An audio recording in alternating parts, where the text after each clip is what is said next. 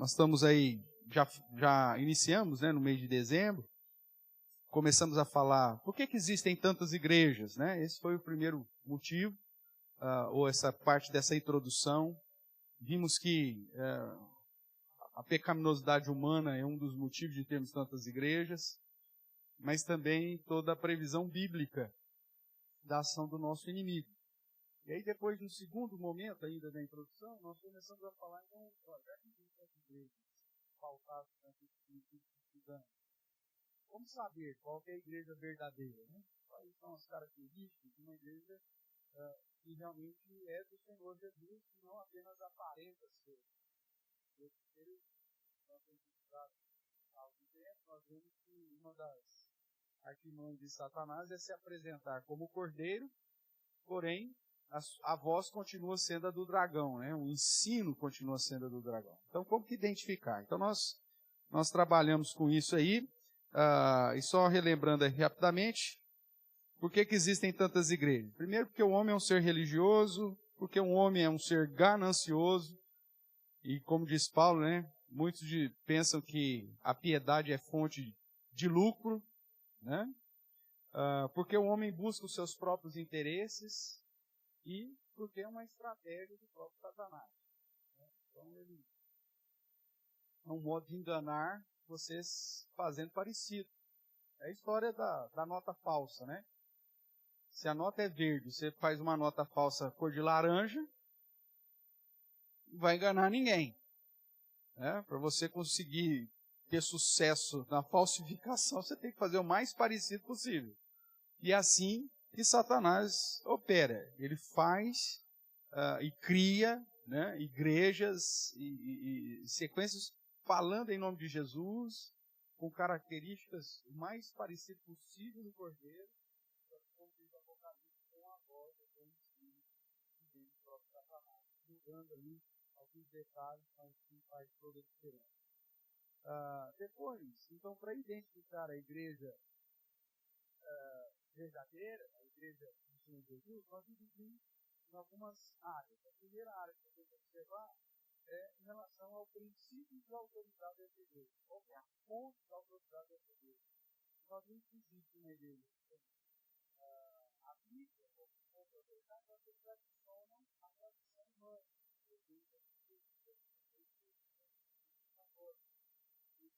Autoridade, bom,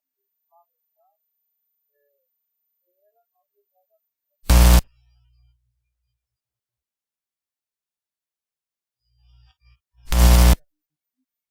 prevalece por causa disso. Então, veja, a tradição sobrepondo a autoridade bíblica. Essa é uma das características de uma igreja não verdadeira, porque acaba desprezando a revelação de Deus.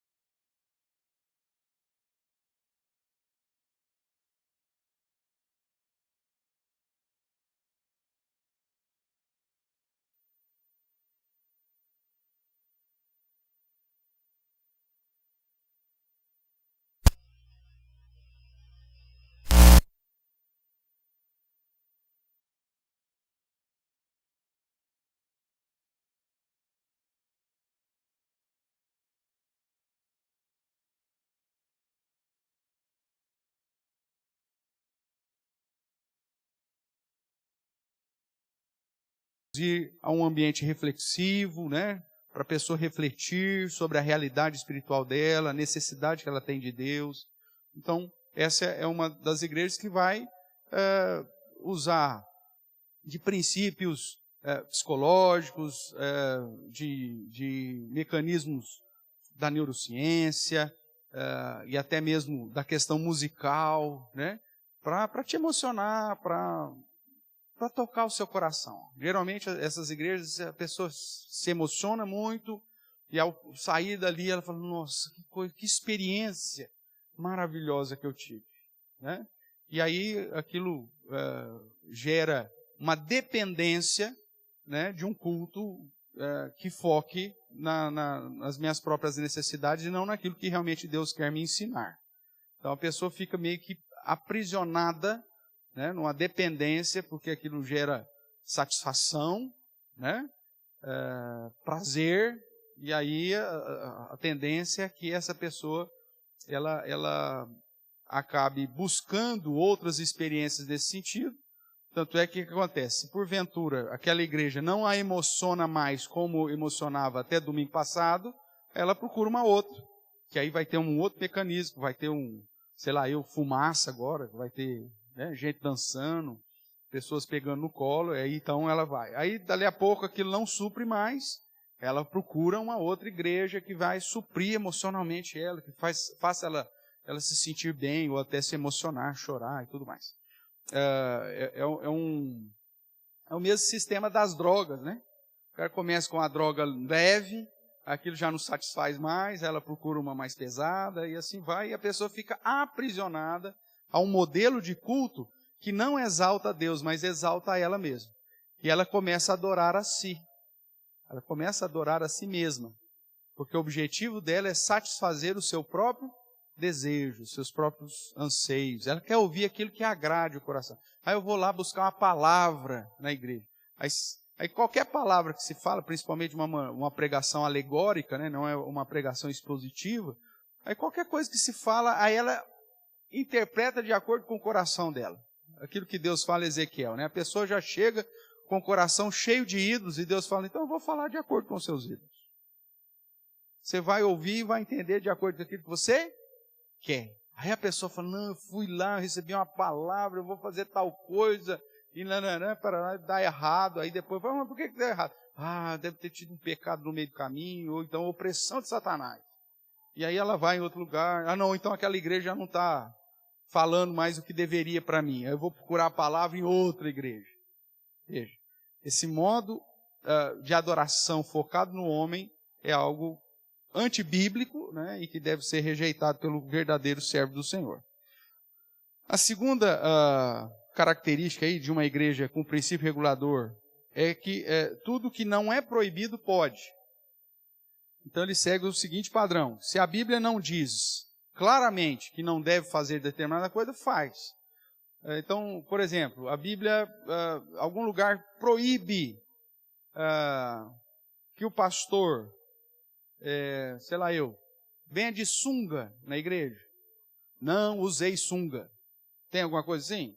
Não, se não tem, não usei sunga, então se ele está num contexto, de uma igreja no litoral, né? E ele acabou de pegar uma onda lá, ficou meio em cima da hora, não deu tempo dele trocar de casa, ele já entra, vem da praia, já entra, o que é importante é o que ele vai pregar. Né? O jeito que ele está vestido.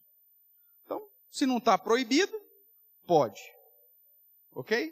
É lógico que um exemplo aqui gritante, né? Você fala, nossa, que ridículo isso, mas é o que acaba acontecendo nessas igrejas. Porque já que o que não está proibido pode, aí vai acrescentando alguns detalhes que não tem amparo bíblico, mas pelo simples fato, a Bíblia em lugar nenhum diz que não pode. Só que o padrão que nós vimos é que o regulador e o modo de culto, segundo as Escrituras, deve ser somente com aquilo que Deus ordena. E o modo como Ele ordena claramente. Então, o princípio que determina os elementos do culto numa igreja verdadeira não é aquilo que te agrada, não é aquilo que não foi proibido, mas é aquilo que o próprio Deus exige.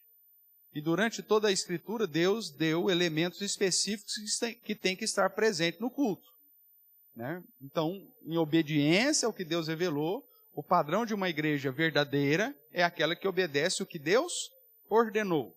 E, consequentemente, o modo desse culto vai ser teocêntrico. Ou seja, o foco da adoração é Deus. A igreja não está aqui para satisfazer o seu coração, mas está aqui para satisfazer o coração de Deus. Está aqui para agradar ao Senhor, está aqui para exaltar ao Senhor. Você não está aqui para ser exaltado, mas você está aqui para exaltar aquele que é digno de toda a honra e glória eternamente. E o culto, ele precisa ser uma expressão que adore a esse Deus através dos elementos que o próprio Deus determinou para que aplicássemos no momento de culto. Tudo bem? Depois nós dividimos aí terceira área, para você saber, em relação a uma questão de igreja verdadeira, que é o sistema de governo, que é o que nós vamos estudar hoje, e depois as marcas da igreja, se der tempo. Então, em relação ao sistema de governo, a Bíblia ela não vai determinar especificamente um modelo de governo ou de administração da igreja. Porque a igreja, como instituição, ela vai precisar, obviamente, de ter um sistema de governo. E quando nós olhamos para o contexto bíblico, né, nós vemos, desde o início, a própria organização do povo de Deus exigindo um sistema de governo para comandar toda aquela situação. Uma das situações que foi apresentada por Jetro, né, o sogro de Moisés, e foi referendada pelo Senhor, é justamente um sistema de governo representativo e com divisão de tarefas. Então vamos dar uma olhada lá para relembrar. Eu sei que você já sabe disso, porque nós estudamos isso recentemente, né, no processo aqui de organização da nossa igreja. Mas vamos lá, Êxodo, capítulo de número 18.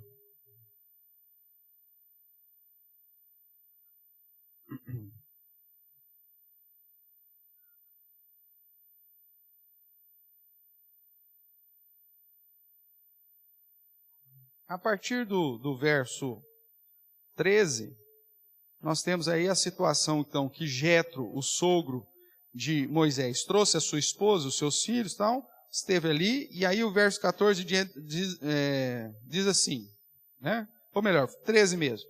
No dia seguinte, assentou-se Moisés para julgar o povo. Então, quem que era o líder do povo aqui?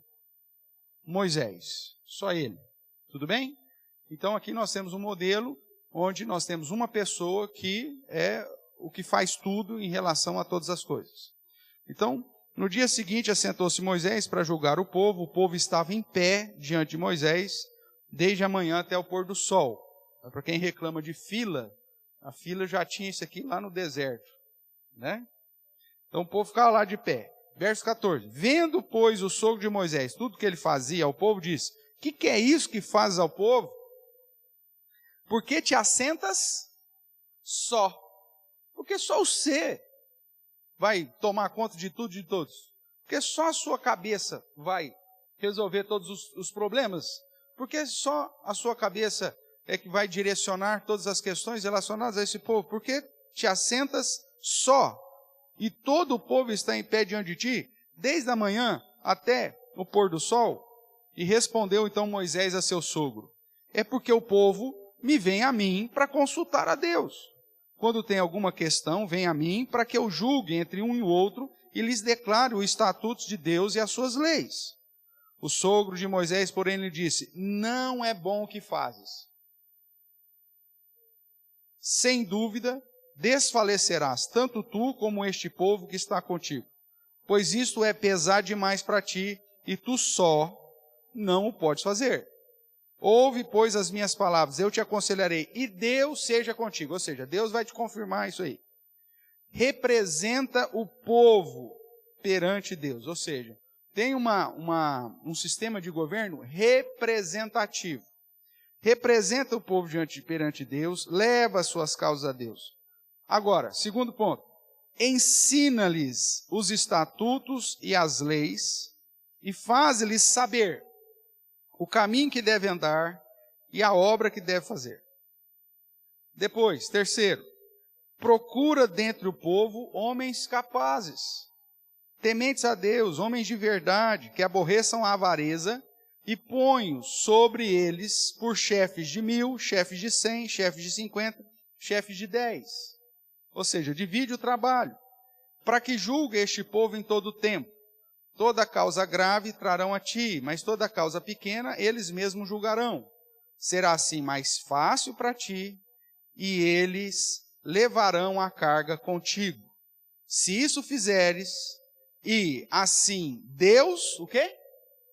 Tu mandar, poderás então suportar, e assim também todo o povo tornará em paz ao seu lugar. Então, pelo registro aí, nós vemos que Moisés atende e que Deus confirma. Jetro dá um conselho, mas diz, olha, Deus tem que ordenar, Deus tem que mandar. Se Deus falar que você pode fazer assim, então vida que segue. E foi dessa maneira. O que nós vemos aqui então? Quando nós olhamos para a Bíblia de um modo todo, geral, nós vamos observar alguns momentos onde pessoas individualmente comandavam todas as coisas. No período dos juízes, posterior aqui a Moisés, nós vemos isso acontecendo também. Onde Deus levantava pessoas para julgar, né, e o direcionamento que esse indivíduo dava determinava o posicionamento de todo o povo de Deus.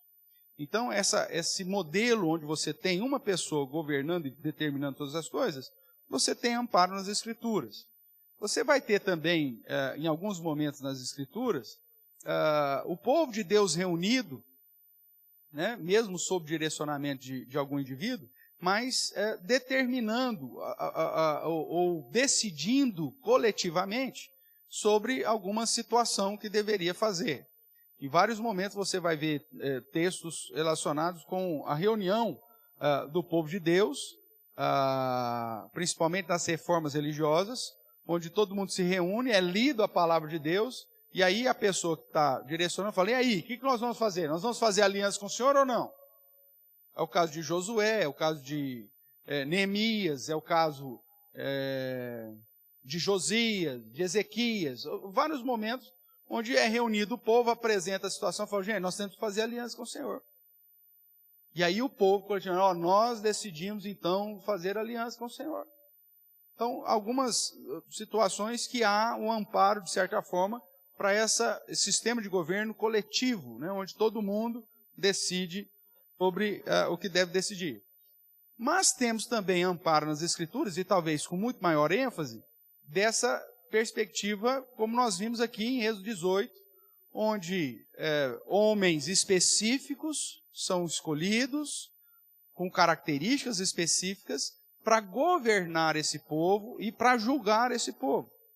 E alguém que ficaria com uma posição da responsabilidade de representar o povo no sentido de oração, né, de levar a causa diante de Deus, mas ao mesmo tempo para ensinar esse povo a fazer o que deve, a saber o caminho que deve andar e a obra em que deve fazer. Então, de certa forma, nós temos aqui o início de um sistema de governo onde você tem a figura daquele que vai, como depois nós vemos lá em Atos 6, com a instituição dos diáconos, aqueles que vão se empenhar no ministério da oração e da palavra, ou seja, de levar a causa do povo a Deus, orar por eles, e da palavra, de ensinar ao povo e a todos, né, de um modo geral, o caminho que deve andar e a obra que deve fazer. E aí você tem, associado a esse sistema, um grupo de homens que pesa toda a responsabilidade para julgar as questões disciplinares do povo, que essa era a questão aqui. O povo vinha até Moisés e falava, viu, o que é certo? Eu estou com um problema com ele, o que a lei de Deus fala? Então, para julgar essas questões disciplinares, julgar entre um e o outro, esses homens administrativamente, chefes de 1000, de 100, de 50, de 10, acabavam sendo utilizados para facilitar o trabalho daquele que ia exercer a função tanto da intercessão como também do ensino, né? A questão docente, que ele tinha que ensinar o caminho que deve andar e a obra que deve fazer.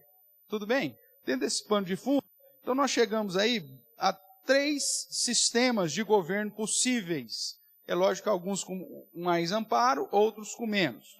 O primeiro sistema é o chamado episcopal, onde o bispo, né, da onde vem a ideia do bispo, que é o supervisor. Dentro da visão bíblica não há uma distinção entre apóstolos, bispos, pastores. São termos sinônimos, né? E o termo bispo aponta para uma das funções que a liderança da igreja tem, que é a de supervisionar. Supervisionar a questão de fé e todas as outras coisas. Então o termo bispo ele é traduzido por supervisor. Mas algumas igrejas assumem esse sistema de governo, colocando sobre a figura de um indivíduo a supervisão de todas as coisas. Né? Então, o sistema episcopal é uma cabeça tomando todas as decisões. Onde o único líder acaba assumindo a responsabilidade. Então, por exemplo, nós temos o Papa, nós temos bispos, apóstolos, pastores, etc. A autoridade governamental da igreja, que no sistema episcopal assume o governo geral e pleno de todas as questões. Então é esse pastor que determina quem vai ser parte da liderança ou não, quem vai exercer funções específicas dentro da igreja ou não. É esse pastor que determina, inclusive, a administração financeira dessa igreja, que determina a interpretação que aquela comunidade vai ter de determinados textos bíblicos. É uma cabeça só determinando todas as coisas. Existem algumas denominações, inclusive evangélicas, protestantes, que seguem essa linha. Né? Exemplo. A igreja metodista é uma igreja episcopal, onde você tem, ele não tem a figura de um papa, mas ele tem a figura dos bispos, né, que são aqueles que fazem o papel, para nós aqui conhecemos um pouquinho da igreja presbiteriana, que faz o papel do presbitério. Então, ao invés de você ter um colegiado de pessoas decidindo as questões relacionadas à igreja da terra da região, você tem um indivíduo.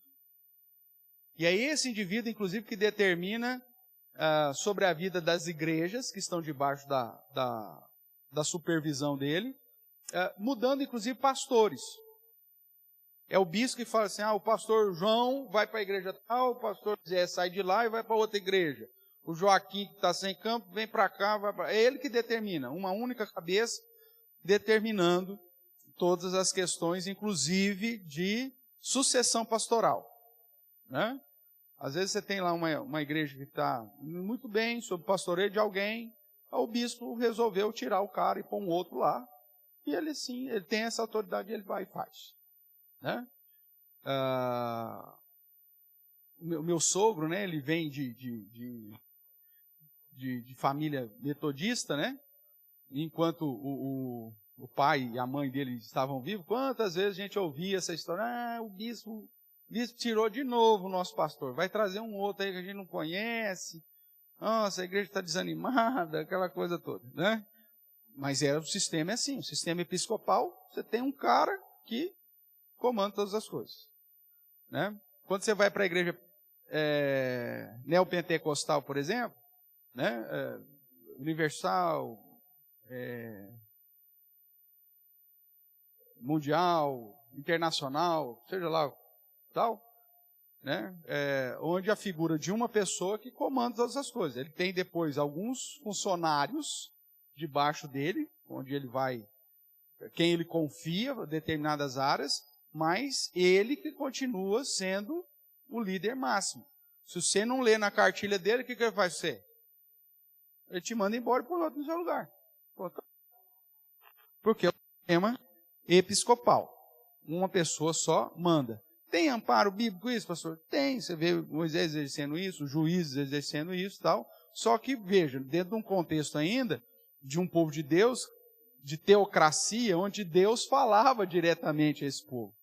Hoje nós não temos mais essa realidade da profecia, dos sonhos. Então, o contexto do Novo Testamento, com a vinda do Espírito Santo sobre todos os crentes, muda completamente o modo, né, de agir dentro desse sistema. Portanto, olhando a Bíblia como um todo, o sistema episcopal é o que talvez tenha o menor amparo para que seja atualizado, ou seja, realizado nos dias de hoje. Porque você coloca sobre um indivíduo toda a autoridade que, na verdade, dentro do contexto bíblico, já foi apresentado de modo colegiado, até mesmo durante o ministério terreno de Jesus. Né? Você vê algumas igrejas neopentecostais, por exemplo, que aí é episcopal, aí o cara se coloca na figura de Cristo. Né? Então, esse bispo, esse líder supremo, ele se coloca na figura de Cristo, e aí ele tem os 12 apóstolos dele. Né? Qual que é a ideia? Que até não é novidade não, mas nesses nossos dias a gente encontra. Então você tem lá a figura do cara que é o líder, o pai apóstolo, por exemplo, ele dá o título que ele quiser para ele, e aí ele tem 3 pessoas mais próximas dele, né? Como Jesus tinha lá, Pedro, João, Tiago, está lá. E aí ele tem 12 apóstolos, e aí ele tem 70 líderes, olhando aí para o padrão do ministério terreno de Jesus. Então, e ele é quem? Ele é Cristo. Ele se coloca no lugar de Jesus. Então, ele é o que tem esse acesso direto a Jesus. Ele é a figura de Jesus. Tem 3 mais próximos dele, aí depois 12, depois 70, né? E como a ideia de Jesus. Ele tinha lá os apóstolos mais próximos, depois os 12 apóstolos, depois os 70 que ele enviou de 2 em 2. Então, só que qual que é o problema desse modelo? Ele negligencia o fato de que o supremo pastor da igreja é quem? É Cristo, não é ele. Mas ele se coloca como fosse. Então, esse modelo episcopal, inclusive com o amparo do ministério terreno de Jesus, é forçar uma situação onde coloca a glória nesse indivíduo, nessa única cabeça pensante, e todos os outros tendo que ser servos, não de Cristo, mas servos dele. Tá bom? Então esse é um cuidado. Apesar de ter aí um amparo nas Escrituras, esse modelo de sistema, para os nossos dias, uma igreja verdadeiramente cristã deveria, se porventura, ela deveria repensar esse sistema de governo, porque acaba trazendo autoridade demais a um indivíduo e não ao Senhor da igreja, que é o próprio Cristo. Né? O segundo sistema de governo aí, possível é o chamado congregacional, onde toda a igreja, a comunidade, governa. Né? Então, através da Assembleia, tomam as decisões mais sérias. A Assembleia dá poderes lá para o pastor definir tal coisa, ou para a liderança definir tal coisa, mas a maioria das situações mais sérias são definidas pela comunidade. Né? O exemplo disso dentro da igreja protestante, seria a igreja batista. Né? A igreja sempre é mais episcopal também, mas é a igreja batista. Isso traz uma certa segurança na perspectiva, não, é a igreja inteira que define o que tem que fazer. Né? Sempre. Só que gera um problema, vamos dizer assim, de prática, né? Por exemplo, nós vai fazer a transferência de um membro. Então, no sistema presbiteriano, por exemplo, nós recebemos a carta de transferência do seu Rubens e da Dona Marisa domingo passado, não foi? Aí, o que acontece? Então, o conselho se reúne, examina, recebe a carta de transferência, está vindo de uma comunidade presbiteriana, ótimo, recebe a transferência, registra administrativamente isso, e aí faz uma recepção pública para dar conhecimento para a igreja que aqueles irmãos foram agregados ao convívio fraternal do rebanho do Senhor Jesus que congrega nessa igreja. Ponto. Se fôssemos igreja batista, primeiro, a igreja lá de Barretos teria que se reunir, todo mundo em assembleia, para aprovar a transferência. Então a igreja inteira que se reúne, gente, fulano, Beltrano está indo. Mas por que ele está indo? Não, imagine. Aí você tem uma igreja lá de 100 pessoas lá e tem que decidir uma situação, às vezes, de fórum íntimo da pessoa. Aí aprova-se. Aí manda para cá. Aí eu tenho que reunir toda a assembleia para decidir se nós vamos aceitar ou não a recepção daquele membro que está vindo. final de ano a gente geralmente se reúne em assembleia para definir algumas questões mais sérias que o nosso estatuto prevê. É um negócio fácil de se fazer? Tem gente que a gente fala assim, gente, vamos fazer uma assembleia. O cara fala, meu Deus, de novo. Né? Porque você tem que ter quórum, você tem que ter uma série de situações. Então imagine você ter que fazer assembleia para decidir questões simples do dia a dia da igreja. Que cor que nós vamos pintar a parede? Ao invés de você reunir lá com 5, 6 pessoas do conselho, você tem que reunir com toda a igreja. Imagina agradar todo mundo. Sobre a cor da parede.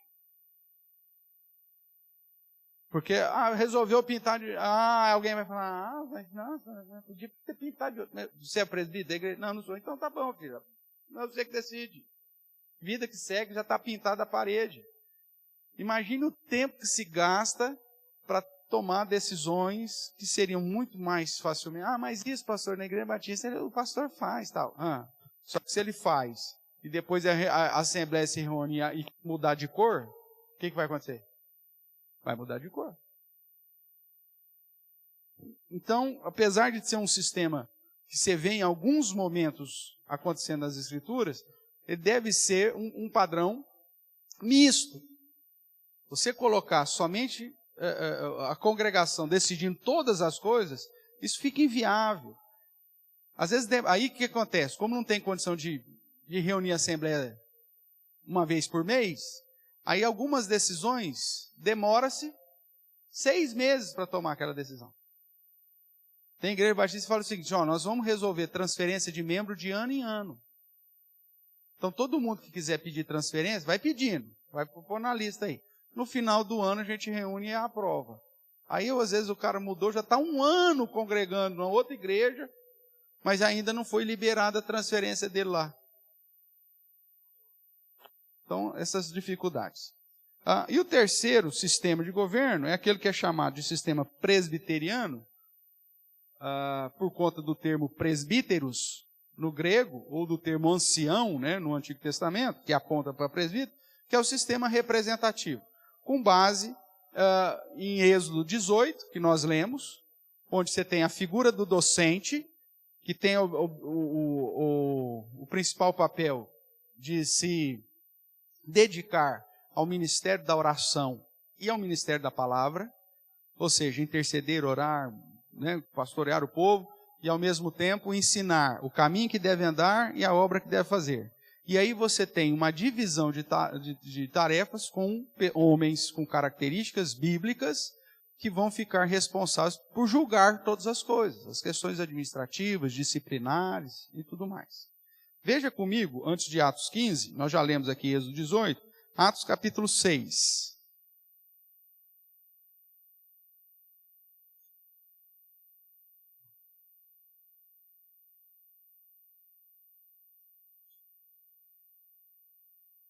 Quando você tem da instituição dos diáconos, você vê o seguinte registro. Ora, naqueles dias, Atos 6 eu estou.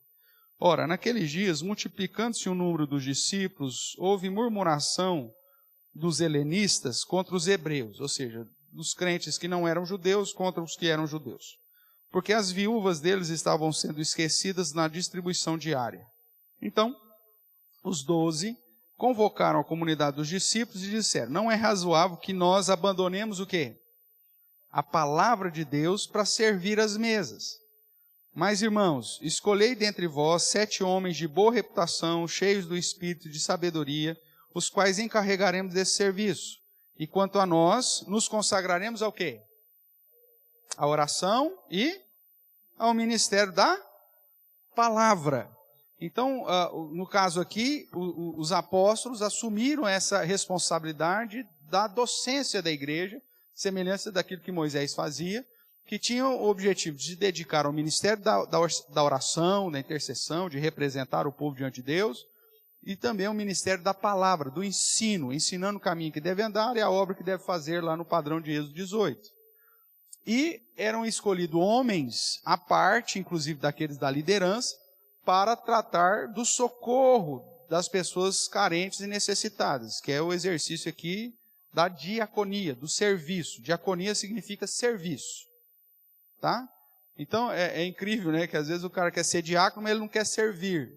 O próprio termo diácono significa serviço. Tá? Diaconia, serviço. Que é justamente para suprir as necessidades. Só que foi feito aqui, ainda no contexto do Novo Testamento, já essa distinção. Aqueles que estariam responsáveis pela questão da docência, ministério da palavra, né, do ensino, e aqueles que estariam servindo às mesas, os diáconos, que eles estariam para servir. Atos 15 nos apresenta também uma outra distinção na igreja. Vamos ver lá? Atos capítulo 15, quando nós vemos aí a questão de como que deveria ser a recepção dos não-judeus na igreja, os gentios. Eles têm que passar primeiro pelo judaísmo, para depois vir para o cristianismo? Eles precisam se circuncidar primeiro, para depois serem batizados? Como que vai ser a recepção dessas pessoas que estão se convertendo, que não são hebreus? Como que vai ser isso? Então, essa era a discussão. Então, houve uma controvérsia aí sobre a necessidade da circuncisão dos não-judeus. E aí veja no verso 6, essa situação veio para Jerusalém, onde era a igreja onde tudo começou, né? E aí o verso 6 vai dizer assim: então se reuniram quem? Os apóstolos e quem mais? E os presbíteros, para examinar as questões. Quem que é esse povo? Então nós tínhamos os apóstolos, que eram responsáveis pelo ministério da oração, o ministério da palavra, o ensino, a docência. E já havia na igreja de Jerusalém anciãos ou presbíteros, a ideia de homens, dentro daquelas características que foram ditas desde lá de Moisés, para tratar do julgamento das questões do dia a dia da igreja. Como veio um assunto, que era um assunto teológico, né, que exigia tanto a visão do ministério da palavra, como o julgamento entre os irmãos, o gentio e o judeu, então há uma convocação de aquilo que nós chamamos do Concílio de Jerusalém, ou da Assembleia de Jerusalém, mas chamou toda a igreja para decidir as questões? Não. Você tinha lá os responsáveis pelo ensino, a docência, e os presbíteros, que desde a visão lá de Êxodo 18, eram os responsáveis por julgar das causas, inclusive das cidades de Israel, né?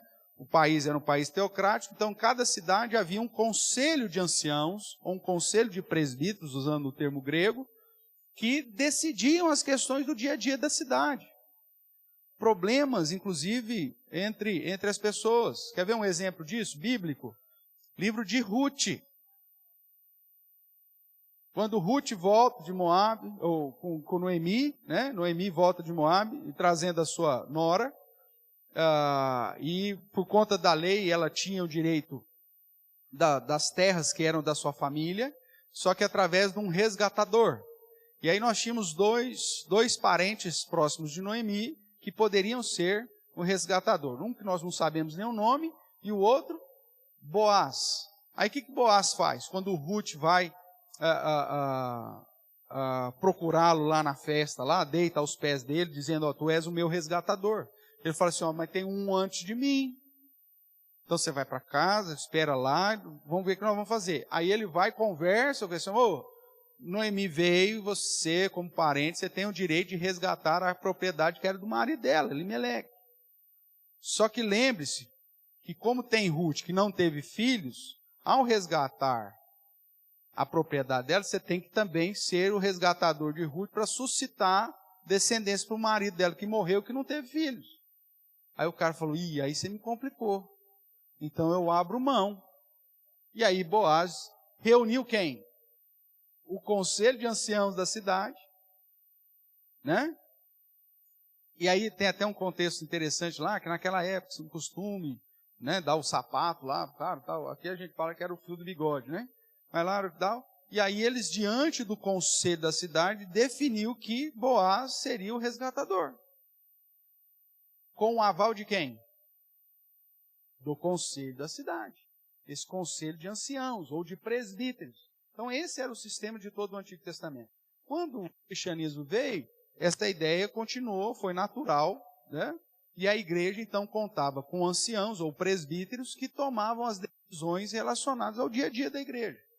Um exemplo bíblico está aqui em Atos 15, que se reúne os apóstolos, responsáveis pela docência, ministério da palavra, oração, com os presbíteros, para tratar das questões, e depois de discussão, tudo mais, pareceu bem tanto aos apóstolos quanto aos presbíteros, segundo a ação do Espírito Santo, determinar como deveria ser a recepção dos gentios na igreja, no que eles deveriam se abster. Tá? Basicamente da promiscuidade, da idolatria, de tudo aquilo que foge da santidade do Senhor. Tá? Sintetizado aqui, naquilo lá, não comer carne sufocada, ou tudo mais. Mas esse não é o nosso foco hoje. A ideia é que os assuntos, até mesmo de disciplina, recepção de membros, era discutido pelos apóstolos, os docentes da igreja, com os presbíteros, os responsáveis pela administração daquela igreja local. Tudo bem até aqui? Isso constitui, então, a base do sistema que recebe o nome de presbiteriano ou sistema representativo. Então, o sistema presbiteriano de governo é um sistema representativo onde a igreja, em assembleia, elege representantes entre os membros para funcionar como conselho. Por que ela faz isso? Vamos dar uma olhada aqui um pouquinho antes. Atos, capítulo 1.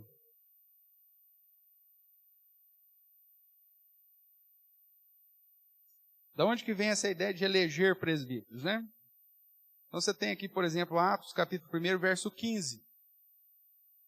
Naqueles dias, levantou-se Pedro no meio dos irmãos, ora, compunha-se a assembleia de umas 120 pessoas, e disse: irmãos, convinha que se cumprisse a escritura que o Espírito Santo proferiu antigamente por boca de Davi acerca de Judas, que foi o guia daqueles que prenderam Jesus, porque ele era contado entre nós, teve parte desse ministério. Ora, este homem adquiriu um campo com preço de iniquidade, precipitando, rompeu-se pelo meio, todas as suas entranhas se derramaram, e isso chegou ao conhecimento de todos os habitantes de Jerusalém, da maneira em sua própria língua, esse campo era chamado Aceldama, isso é, campo de sangue. Porque está escrito no livro dos Salmos: fique deserta a sua morada e não haja quem nela habite. E tome outro o seu encargo.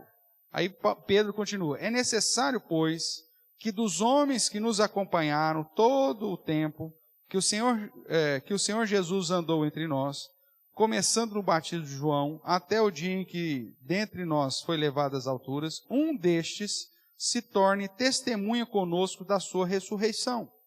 Então propuseram 2, José, chamado Barsabás, cognado Justo, e Matias. E orando disseram: tu, Senhor, que conheces o coração de todos, revela-nos qual desses 2 tens escolhido para preencher a vaga nesse ministério e apostolado, do qual Judas se transviou indo para o seu próprio lugar. E lançaram sortes, vindo a sorte recair sobre Matias, sendo-lhe então votado lugar com os 11 apóstolos. Muito provavelmente, dentro do sistema judaico, esse lançar sortes, eles usavam aquele sistema do pulim, né? Que era um tipo de uns dados, lembrando que dentro da crença deles, da tradição deles, a Deus é soberano sobre todas as coisas, então, inclusive, na decisão entre eu e você, Deus é soberano até sobre o seu par ou ímpar. Vamos dizer assim. Então, eles usavam esse método para decidir entre uma pessoa ou outra. Então, se você perdeu o par ou ímpar, foi porque Deus é soberano e pronto, acabou, então fica pulando. Mas era uma maneira de escolha para definir quem ia ficar. Então, essa ideia de eleger pessoas para o contexto do apostolado e depois os presbíteros, vem também de uma tradição que já era uma prática comum dentro do judaísmo. Então, o sistema presbiteriano, ele se apodera dessas características desde o Antigo Testamento, para que a liderança da igreja não fique sobre um indivíduo, uma vez que o cabeça da igreja é Cristo e não qualquer outro indivíduo, e que ao mesmo tempo seja misto para facilitar o trabalho. Aquilo que é responsabilidade da Assembleia, coloque-se a responsabilidade da Assembleia. E aquilo que é possível, que de acordo com os dons e ministérios, a parte docente e a parte administrativa seja feito por meio daqueles que foram eleitos para isso. Nós temos aqui uma assembleia reunida para eleger Matias. Então, a igreja se reúne para eleger os seus representantes. Agora, quando as questões referem-se tanto à questão disciplinar, docência, transferência, recepção de membros, ou seja, a tratativa do dia a dia da igreja, aí não se reuniu a assembleia da igreja, se reuniu apenas os apóstolos e os presbíteros. Então, esse modelo é um modelo que tem muito mais amparo nas escrituras que os demais. Mas o problema não é nem tanto, irmãos, essa questão de ter ou não amparo nas escrituras, vamos assim dizer, em relação ao episcopal e congregacional. Porque tem. Mas é a questão da praticidade e muito mais que isso, da transparência dentro da administração da igreja. Quando você coloca uma única pessoa determinando todas as questões, inclusive interpretações teológicas, qual que é a chance de errar? É muito grande. É um indivíduo só, pensando sobre tudo, sobre todo. A própria palavra de Deus diz que na multidão de conselheiros há o quê? A sabedoria, a segurança. Né? Então a ideia de ter um grupo representativo que tem as características que a própria palavra de Deus nos traz, né? Tementes a Deus, que rejeitam a avareza, que tenham conhecimento, né? Sejam homens de verdade, acaba trazendo mais segurança do que os outros modelos. Então, é lógico que o sistema de governo aqui, ele não é determinante no sentido para nós chegarmos a dizer, essa igreja é verdadeira ou essa igreja não é verdadeira. A fonte de autoridade é determinante, né? E o princípio regulador do culto e o modo do culto é determinante. Aqui é só um ponto a mais que reforça ou não. Você vai ter igrejas verdadeiras, com fonte de autoridade bíblica, com princípio regulador e modo do culto biblicamente, porém com sistema de governo não representativo? Pode acontecer. Agora, o ideal é que essa igreja caminhe para um padrão de representatividade, porque isso não só tem mais amparo bíblico, como também gera maior transparência na administração. Por exemplo, vamos pegar um pastor picareta. Vamos pensar no lado ruim da história aqui. Um líder picareta. Um cara que é tranqueira, que é um falso profeta, um falso mestre. O cara é tranqueira. Pecador miserável, tranqueira. Porque existe o pecador miserável, piedoso. Mas existe o pecador, porque todos pecadores nós somos. Né? Mas além do cara ser pecador, miserável, ele é tranqueira. Vamos imaginar uma situação desse cara num sistema de governo episcopal. Ele é que manda. Ele que determina aonde serão alocados os recursos financeiros da igreja. Qual que é a chance de dar errado? Qual que é a chance do cara pegar esse dinheiro e comprar uma fazenda para ele? Ou construir uma mansão que a privada é banhada a ouro? Isso não existe, tá? Eu estou colocando aqui só aleatoriamente, tá? Você nunca viu isso em lugar nenhum. Mas qual que é a chance? É muito grande, principalmente se o cara é um miserável, pecador miserável, é ainda tranqueira. Né? A chance dele usar todo o aparato que a igreja, porventura, traz para benefício próprio é muito grande. Agora, num sistema congregacional, tem como o cara fazer um negócio desse? É a assembleia aqui que decide. É por isso que no caso do sistema misto nosso, né, onde a assembleia define algumas coisas e o conselho outra, por exemplo, questão de compra, venda, doações e tal, a responsabilidade é da assembleia. Porque mesmo no sistema representativo, se ele determinasse todas as coisas, vamos imaginar, você consegue lá fazer um grupo lá de 10 pessoas que seja, é mais fácil de manipular 10 pessoas do que manipular 120. Então, sabiamente, o sistema presbiteriano, o que ele faz? As questões financeiras, eleição dos representantes, é responsabilidade da Assembleia. Então, o poder do conselho ele é limitado em detalhes puramente disciplinares e administrativos, não relacionados à questão de compra, venda, recepção de imóveis, ou venda de imóveis, ou compra de imóveis, ou coisa desse tipo. Né? Por quê? Porque o sistema episcopal, a chance do cara se desviar é muito maior. No sistema representativo, por exemplo, você tem o pastor, o conselho, e a igreja, a assembleia, tem a função de imóveis, você tem ainda a assembleia para aprovar ou não todas as formas dessa igreja. Qual é a chance do pastor ou de algum presbítero fazer um desvio, ou sei lá,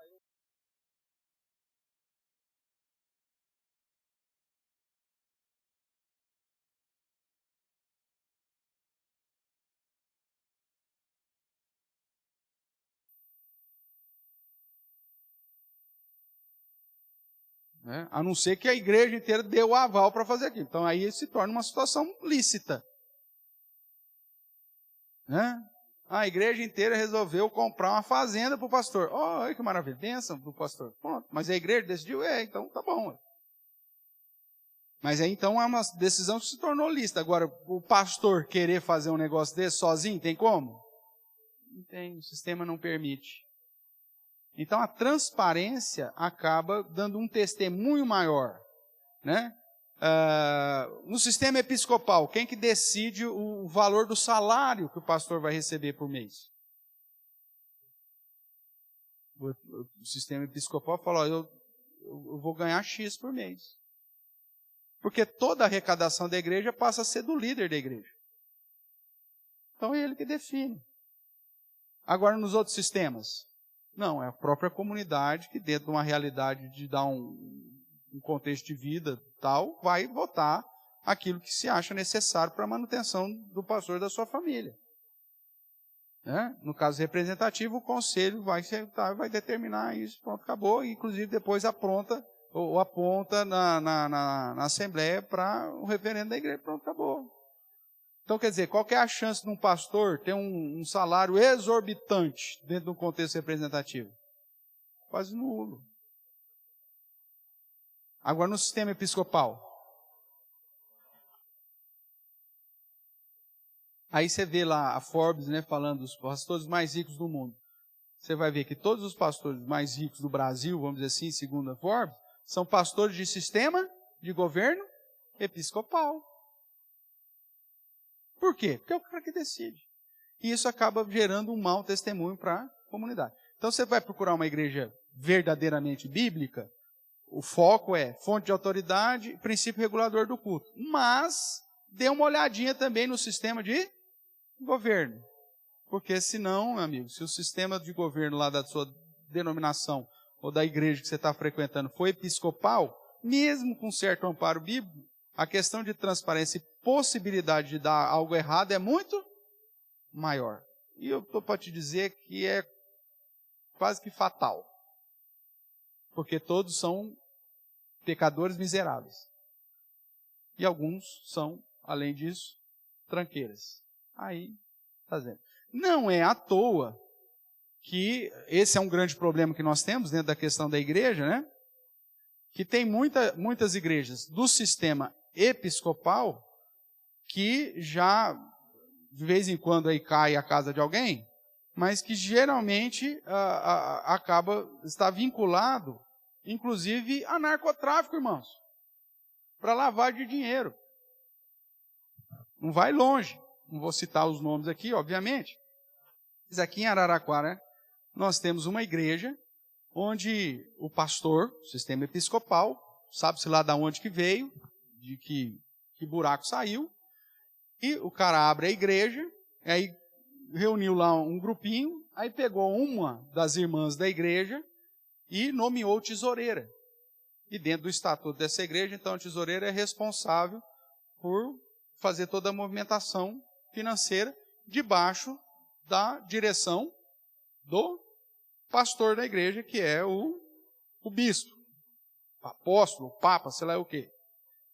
Por que ele fez isso? Porque ele coloca todas as questões de responsabilidade fiscal no CPF da do tesoureiro ou da tesoureira. E aí depois a tesoureira descobriu por que era dessa forma. Porque o cara era fugitivo, era um ex-presidiário fugitivo. Se ele pusesse alguma coisa no nome dele, voltava para a cadeia. O cara não tinha carta nem de habilitação. Mas dirigia para todo lado. Aí um dia que essa senhora descobriu, aí ela saiu dessa igreja, né? E aí veio procurar a igreja. E aí ela me contou essa história, e agora está no perrengue, porque quem determina o tesoureiro é o pastor, porque ele é sistema episcopal, é ele que não é a assembleia que define. E ele não tira o nome dela, vinculado à receita lá com a igrejinha.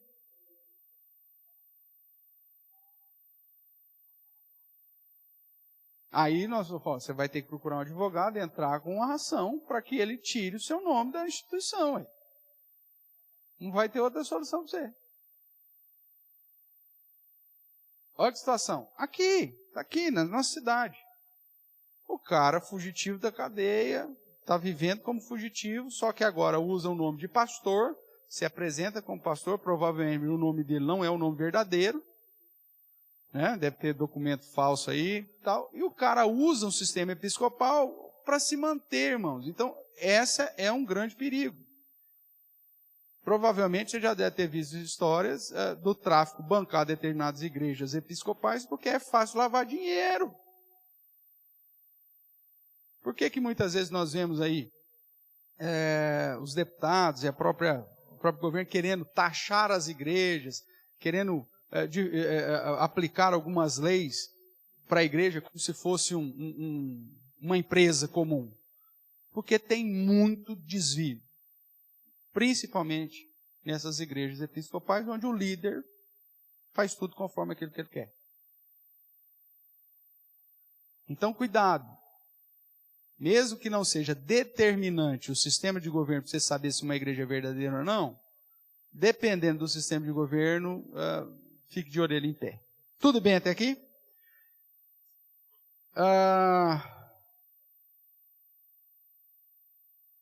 Irmãos, hoje nós vamos parar aqui. Semana que vem, aí nós vamos trabalhar com a questão mais bíblica, para definirmos aí, dentro até da questão confessional, sobre as marcas da verdadeira igreja. Provavelmente você já sabe também, nós já estudamos isso há algum tempo. Mas a maioria das pessoas esquece. Né? Baseado, então, no princípio, na fonte de autoridade das Escrituras. Baseado no princípio regulador do culto e o modo do culto. A nossa confissão de fé, que é a confissão de fé de Westminster, que nós subscrevemos, né?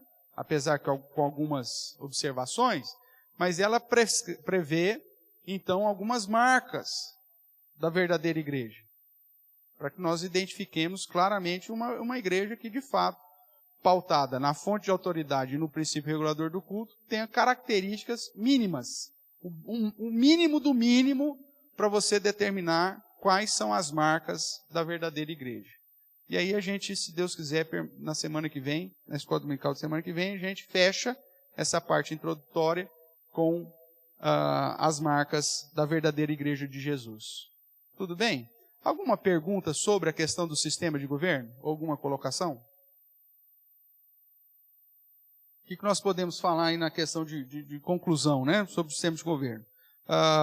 Não é porque nós estamos numa igreja presbiteriana, né, que vamos puxar do nosso lado, mas é a ideia de que dentro da visão de um estudo, considerando a perspectiva bíblica, a questão de praticidade e transparência, o sistema presbiteriano, de certa forma, acaba trazendo uma segurança para todo mundo e uma facilidade, uma praticidade na questão administrativa, que é aquilo que Jetro fala, isso vai ser mais fácil e carregarão contigo o peso do que o próprio sistema congregacional e, em especial, muito mais do que no sistema episcopal. Tudo bem?